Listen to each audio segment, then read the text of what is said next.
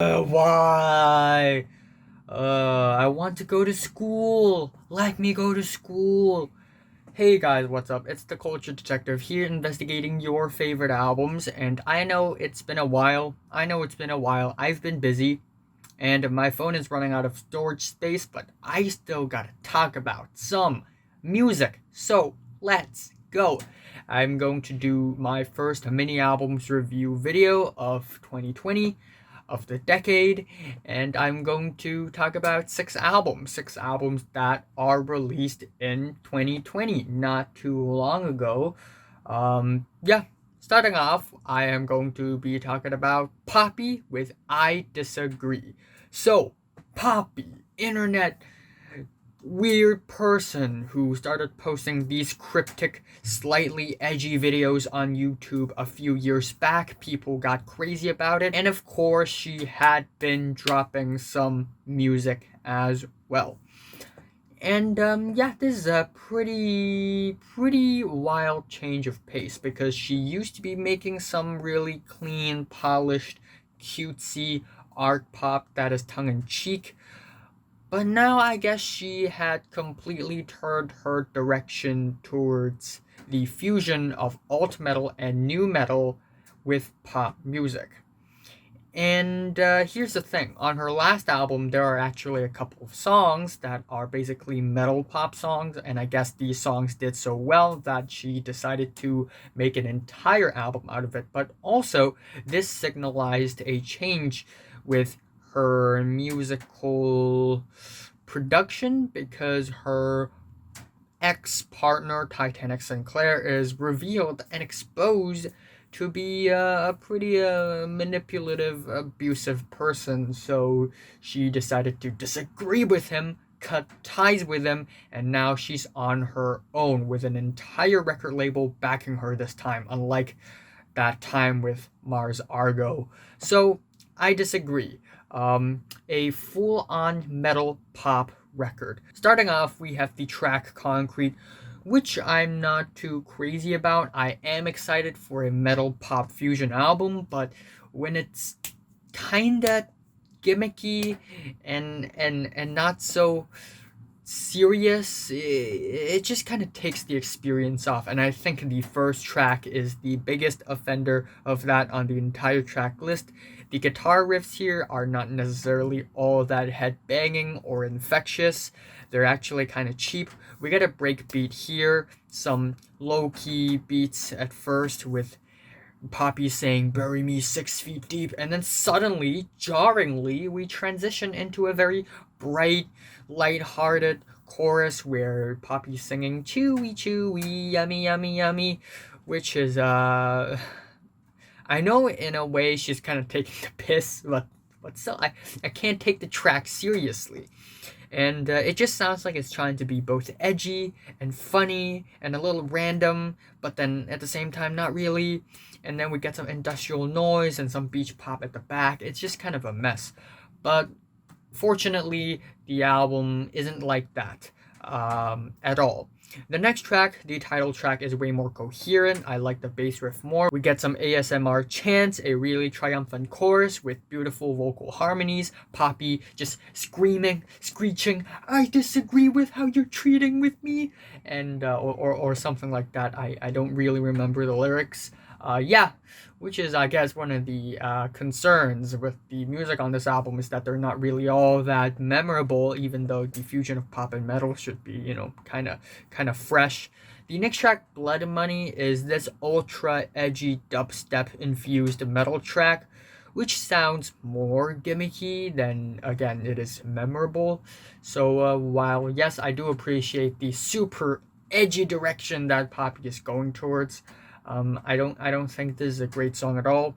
However, the next song, Anything Like Me, is also pretty catchy. This song kind of reminds me of Kanye West's Black Skinhead with its jumpy, bouncy beats, but in a good way. I like the production, and this song is also about the press, the media, and the lyrics are way better than that of her last album. We get some dry, bloopy, bleepy beats, a Marilyn Manson-esque riff, and in general, is actually a really catchy song. The next song, Fill the Crown, is also pretty Nice. We get some electronic bleeps, then some light shimmery guitars, and then some breakbeats and some really Rammstein-esque guitar riffs. And then we get Poppy's vocals, which are really soft, really slick, and the way the electronic beats sort of move and shift reminds me a lot of the Death Grips track Culture Shock for some reason, and in a good way. And Poppy's vocals actually complement the track really well. We have the track Nothing I Need, which is a really weird pop detour, which is not metal at all. It's just ethereal pop balladry with some laid back beats. It kind of sounds like Radiohead's All I Need, but more positive. Also sounds like a Quiero Quiero Bonito song. And then up next we have the track Sit/Stay, where Poppy sort of returns to the very violent, aggressive metal pop fusion. We get some raw, rapid electric beats, some odd grooves, and overall the song is incredibly fun. And then we have the next track, Bite Your Teeth, which has some really, really repetitive lyrics, but with its jumpy riffs and tongue-in-cheek guitars and nice melodies. I actually enjoy the track quite a slight bit, and this track also reminds me a lot of video game music, which I guess is a good thing. And then again, we have the track Sick of the Sun, which is also sort of this ethereal pop ballad, except a little more rocky, a little more wavy, not really all that memorable. And the album ending is basically Don't Go Outside, which is this very slow, long-winded build-up to a very cinematic, epic climax. And we also get some glam rock vibes throughout the whole track, which is not bad, but not that great either, as a portion of the track is basically a reprise of the title track, and we have the message of the track, which is you can be anyone you want to be, which is a little contradictory given that Poppy, or I forgot what's her real name. It starts with an M, that's for sure, given that she's playing a character as well. But still, I think overall there are more hits than misses on this album, and I'm kind of enjoying it. I'm feeling a 7 out of 10, and my favorite track here is... That's a good question. My favorite track here is I guess I like Fill the Crown. Anything Like Me is my favorite track. And my least favorite track is Nothing I Need. I don't need this track. The second album that I'm going to be talking about is the latest Stormzy album, Heavy is the Head. Heavy is the Head. So, yeah, Stormzy, UK grime rapper, suddenly exploded in the past couple of years. Now extremely famous, collaborating with crazy people. And this is his sophomore album, and it's not bad, but I don't think it's great either. There are room for improvement, of course. What I like about this album overall, I guess the strongest thing about this album is that Stormzy sort of forms a really humane and relatable persona on this album by talking about his flaws and not really bragging or being rude at all. Yeah. Album starts off with Big Michael, with a really funny Instagram DM audio clip, with a Stormzy fan calling Stormzy a dickhead and a pussyo for not releasing music. And then we get some usual gritty grime instrumentals, some synths, some horn hits, sharp flows from Stormzy, but even so, the song overall is not really all that memorable. It's just a pretty predictable grime rap song. The next song, though, Audacity, is a super duper memorable one because the beat hits way harder. It's gritty, it's grimy, the flow is aggressive, and they're great as well. And then we have the track Crown, which isn't a gritty, grimy, hard-hitting grime banger, but more like a beautiful, soulful piano pop rap song with some really beautiful vocals. And we get some choir vocals, which are amazing, and we get some feel-good beats as well. The next track, Rainfall, takes on a more tropical, exotic dancehall vibe, which I'm not too crazy about, given how generic and whitewashed this kind of sound is in the latest years. Stormzy's flows on this track is pretty great, and Rainfall on my enemies, it's a pretty good chant, but still the instrumentals isn't really all that great. The next track, Rachael's Little Brother, is a really nice return to pace, even though we get some laid-back trap-esque beat and some distant dreamy vocals. I think the track overall is really solid as well. The next track, Handsome, has some great flows on a pretty regular trap beat, but I guess the beat isn't really the bad thing on the album, given how hard hitting the beat is. Plus, Stormzy's really hard hitting flows match with the beat really well. The track Do Better is rather soulful and emotional, and the song is about moving over, sort of moving past your past mistakes. And I like the message of the song, and I also like the sentiment for the song. And then we get a bit of a dud in the album, though, in my opinion, with the first interlude, Don't Forget to Breathe, featuring Yeba, which is a pretty forgettable interlude, and the next track, 1 Second, is an okay song, not really all that memorable as well. HER and Stormzy have amazing chemistry on the track, but the instrumentals and the beats are just okay in my opinion. And then we have the track Pop Boy, where Stormzy sort of, I guess, pokes fun at the people who call him a pop rapper by making a pop rap song that is incredibly straightforward, kind of tongue-in-cheek, and I'm not that crazy about the song either. But the next track, Own It, is, I guess, one of the worst songs on the album. Yeah, it's just a pretty regular, modernized dancehall trap rap song with a central hook, features from Ed Sheeran and Burna Boy, which sounds really exhausted, really generic. But then we have the track Wiley Flow, which is a track that I was pretty skeptical of going in because it's sort of like a diss track between Wiley, the grime rapper, and Stormzy, the grime rapper. Except this beef reads to me as something that isn't really a beef, more like a pissing contest. But still, Stormzy does rap some good ass flows on this track. Up next, we have the track Bronze. The flows are amazing as well, and even though the beat is kind of minimalistic, kind of cloudy and psychedelic, almost Travis Scott-esque, still, I enjoy the flows on the track.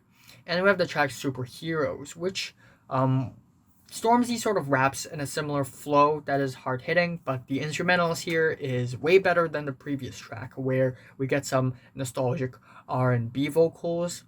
Next track, Lessons, is rather slow and laid back, and the beat is a little underwhelming. But to end off, we get a really hard-hitting banger called Vasi Bop, which is a bop for a bop. Not really anything all that special or deep. But in my opinion, it's not really all that spectacular of a track either. I think it's just okay. It's just a banger, and that's pretty much the extent of it. So yeah, while I appreciate a lot of the songs that Stormzy had delivered here, I still think there is room for improvement and to sort of expand on his versatility. Kind of feeling a light 7 on this album. My favorite track here is what's my favorite track? My favorite track here is probably Audacity, and my least favorite is Own It. And then we have the boring albums.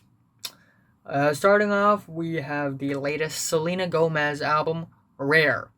That is a really fitting album title because a good song on this album is quite rare.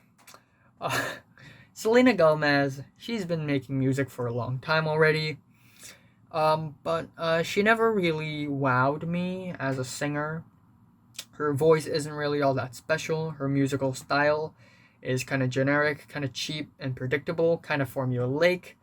And she came out with a new album after 5 years, which I'm not crazy about either.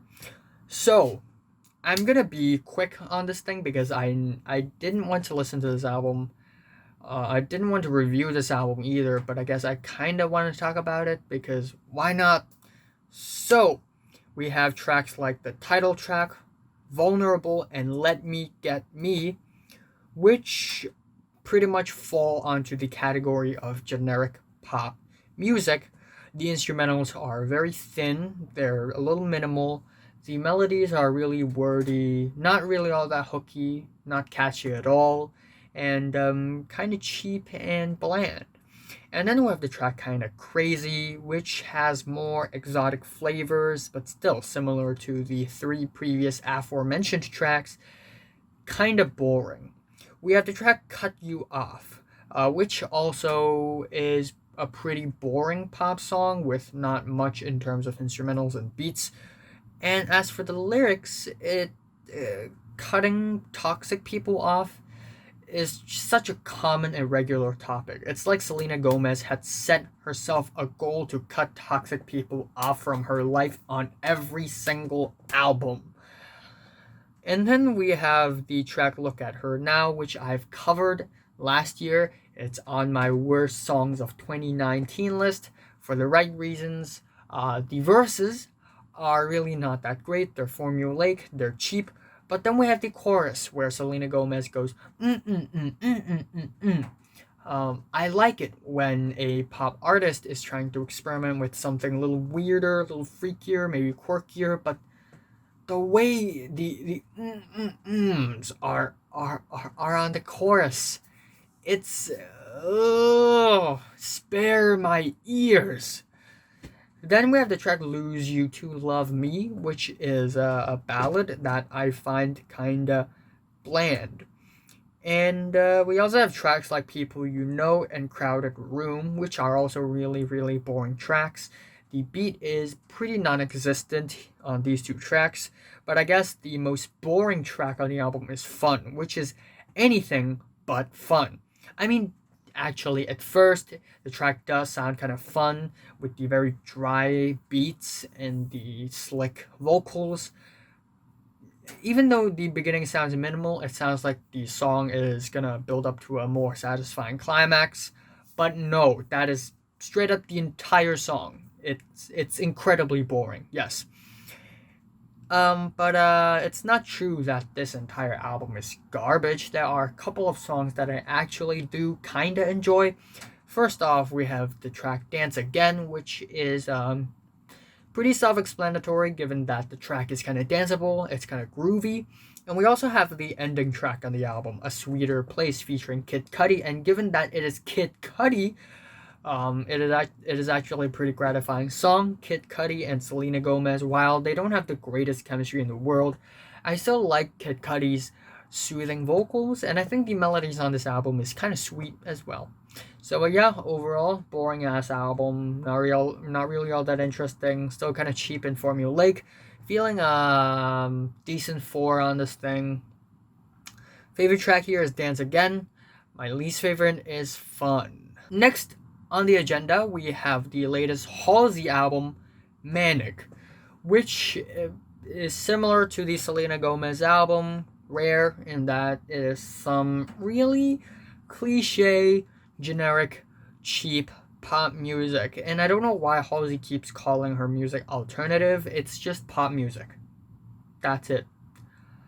I guess if there's one thing that I like Manic more than Rare is that it is slightly more colorful and flavorful than Rare. But still, it's really generic given that the album opener, Ashley, is a pretty melodramatic, generic trap pop song, which sounds like any other Halsey song ever.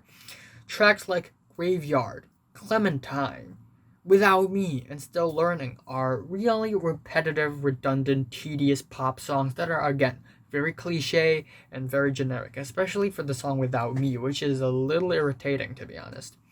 The track You Should Be Sad is a really, really low-key ballad that is very boring, and the vocals are kind of lifeless. Halsey is trying to do this young, innocent, sexy, smooth vocals thing, but it just sounds kind of cringe at points. It's very lifeless, is what it is. Same goes for the tracks Forever and I Hate Everybody and Finally / Beautiful Stranger and More and 929. So yes, there are a handful of boring songs on this album as well, especially for the track More, which is easily the blandest and most boring song on the entire album. The instrumentals are nearly ambient. It's so non-existent, it's nearly ambient.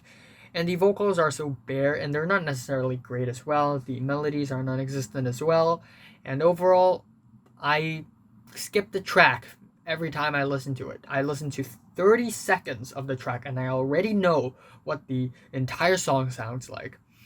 And then we have the interludes, which aren't really Halsey interludes, because the first interlude is Dominic's interlude, where Halsey sort of invites Dominic Fike onto her album.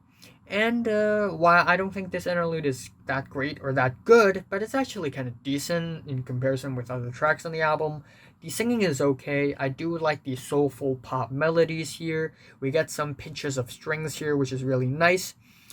And then we have the Alanis interlude, which is bad. We get some really chuggy beats which don't match her chipmunk vocals. And then we get Suga's interlude, Suga being one of the members of the famed Korean boy band group BTS. And Suga sort of raps over nothing on this track. Yes, he raps over nothing. And it's not even his fault. Whoever came up with the instrumentals here really forgot to add a layer of instrumental underneath Suga's rap verse for some reason. The only song here that I kinda enjoy is the track 3am, which is more rock flavored. But that being said, it's just an okay song, not really all that special as well. So yeah, overall, I'm pretty disappointed with this album as well. Kind of feeling a decent 4 on this album as well. Yay! My favorite song here is 3am. My least favorite is More. More like less. Halsey really achieved less is more on the track More. For my 5th album, I'm going to be talking about the latest Travis Scott record, Jackboys. The artist is Jackboys and Travis Scott, but the album title is Jackboys. So Jackboys is actually a rap collective album like Dreamville, except instead of all the rappers on J. Cole's rap label, we have all the rappers and MCs and singers on Travis Scott's record label, Cactus Jack. And it's definitely not as large or as ambitious as Dreamville, and this album is definitely not as good as Dreamville's album. And it's also a really, really boring album, is what this album is. Very small album as well, given that we only have 7 tracks here, and one of the tracks is an interlude. And a very boring one too. So we actually have 6 tracks here. Starting off, we have Highest in the Room, which is a very bland, stale, mediocre Travis Scott song that has an eerie trap beat, auto-tune crooning, pretty expected. Except, different from the original, Travis Scott actually got Rosalia, the singer from Catalonia, and Lil Baby on this track. Rosalia and Lil Baby. That's not a good match. Lil Baby's verse sounds like it's recorded in a closet, and while I like Rosalia's vocals, Rosalia still plays safe, and Travis Scott has Rosalia do the ad-libs for him, which is hilarious. Hearing Rosalia going, straight up, it's lit, made me laugh out loud, because it just doesn't sound like her. And then we have the 3rd track, Gang Gang. After an interlude, we have Sheck West on the track, except he's not really on the track, he's kind of non-existent on the track. The track feels kind of empty and spacey. We have Don Toliver's vocals here, which are great. His vocals are very loud, bold, and every time he appears on the album, it's great, but still, I think the track overall is really weak. But Don Toliver reappears on the next track, Had Enough, except the instrumentals are way more flavorful here. We get some glamorous piano, some really organic drums, and we also get Quavo and Offset, which are basically in their standard states, rapping, auto-tune crooning. And we also have the track Out West featuring Young Thug. I do enjoy Young Thug's really wild and animated flows, and I do like the woodwind beats, which hit really hard. I do really like the rubbery delivery of Young Thug as well. But still, the instrumentals are not really all that special. And then we have the lyrics, which I do not really dislike at all.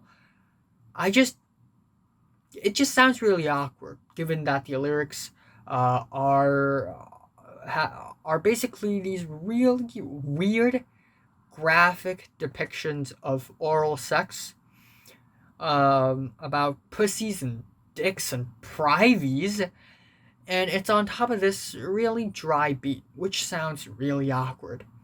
And then we have the last two tracks, which are basically duds. We have the track What to Do, which is this really mild and mediocre song that is really watered down. We get some guitar solo, some strings, which is really nice. Don Toliver's vocals, which are really nice as well. But still, the track overall is really boring, and I feel really sleepy right now for some reason, even though I slept for like 9 hours this morning. The album ends off with Gotti featuring Pop Smoke, and I do enjoy Pop Smoke's very raspy voice, but it's still a very boring song. There is no dynamic or progression on the track whatsoever. The flows on this track are pretty not good as well. So, yeah, pretty boring album overall. Not really all that impressive. Pretty generic. Feeling a 5 on this thing, exactly a 5, exactly in the middle. It's not terrible, not great, not bad, not good, just in the middle. It's boring. My favorite song here is Had Enough, and my least favorite is probably Gotti. Yeah. Last on the agenda, we have the album by UK IDM veteran Squarepusher with the album Biapahalo. Yes, I have to say the album title in this way, because this album title just doesn't make sense at all. And the only way to make this album title sound like it makes sense is to say it in a very nonsensical way. Biapahalo. So, yeah, Squarepusher, IDM veteran. He had been making music for a long time now, and this is his 15th LP. Damn. And on this album, he is in his usual wheelhouse with the drum and bass, drill and bass, very crazy mixtures and fusions of break beats, rapid fire drum beats, and very bassy bass, drum and bass. Get it now? Drill and bass. And this album is not that bad. It's not that bad. The first two tracks are Oberlove and Hitsonu, and these two tracks are pretty similar in that it is very sweet, very sugar-coated, and it has these Baroque pop, not really pop, but just Baroque chords, which actually sound really awkward and really drab, especially for the first track, which has some busy rhythms which do not match the very Baroque instrumentals. The second track, Hitsonu, it's a little better. It kind of reminds me of a glitchy video game music, which is really cool, but still, I don't enjoy the track at all because of its really drab and overly melodramatic, I guess is the right word, instrumentals. But the album sort of ascends afterwards with the track Nerve Levers, which is obviously the most aggressive, abrasive, fun track on the entire album. Finally, we get some gritty, distorted, cranky, abrasive break beats, which just speeds up really wildly and crazily. We get some segues, some detours, an intro and outro, and overall, it's pretty nice. I do really enjoy the sunburnt bass towards the end of the track as well. The next track, Speed Crank, is rather similar as well, except it is rawer, more metallic, and it does go from 0 to 100 really fast. I love the acidic tones of the track, I love the detuned, odd tones of the track as well, and overall, it's sonically very pleasing, really wild, and I love it. And then we have a sort of an interlude called Detroit People Mover, which is a pretty boring interlude. It's not terrible though, given that it is only a weepy ambient piece, but still it is a little head scratching given the placement of the track and the fact that it doesn't really serve as anything in the track list here. It's not really all that much of a palate cleanser anyway. The track Vor track is similar to Nerve Levers and Speed Crank, with its very distorted, crazy, fast, rapid, wild, aggressive, abrasive beats, except it is not as gratifying. It's more muddy, more groomy, the rhythms are slightly more tense. I still enjoy the track pretty much though. We have the next track, Terminal Slam, which is awesome.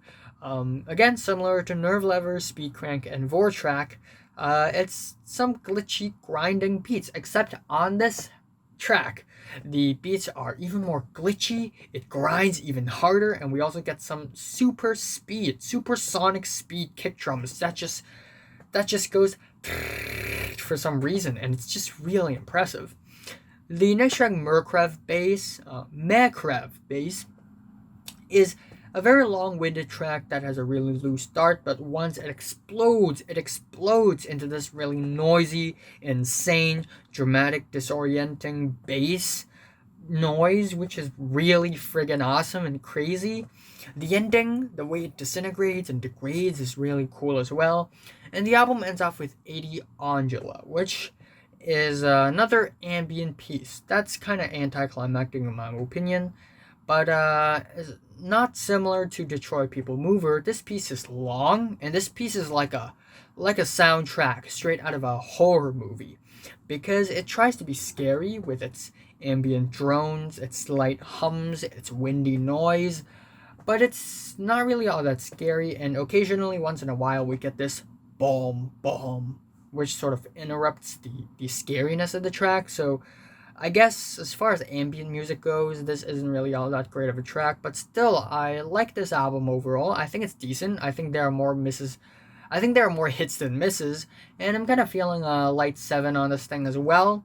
Favorite track here, Nerve Levers. Least favorite, Detroit People Mover. So, have you listened to these 6 albums from 1 to 10? How much did you rate them? Like if you like them, hate if you hate them, and subscribe if you want more. And thanks for watching. Also, I will be reviewing the latest Against All Logic, Green Day, Grimes, whenever the album comes out, of course, Tricot, Meghan Trainor, Kesha, Dan Deacon, and more coming up ASAP.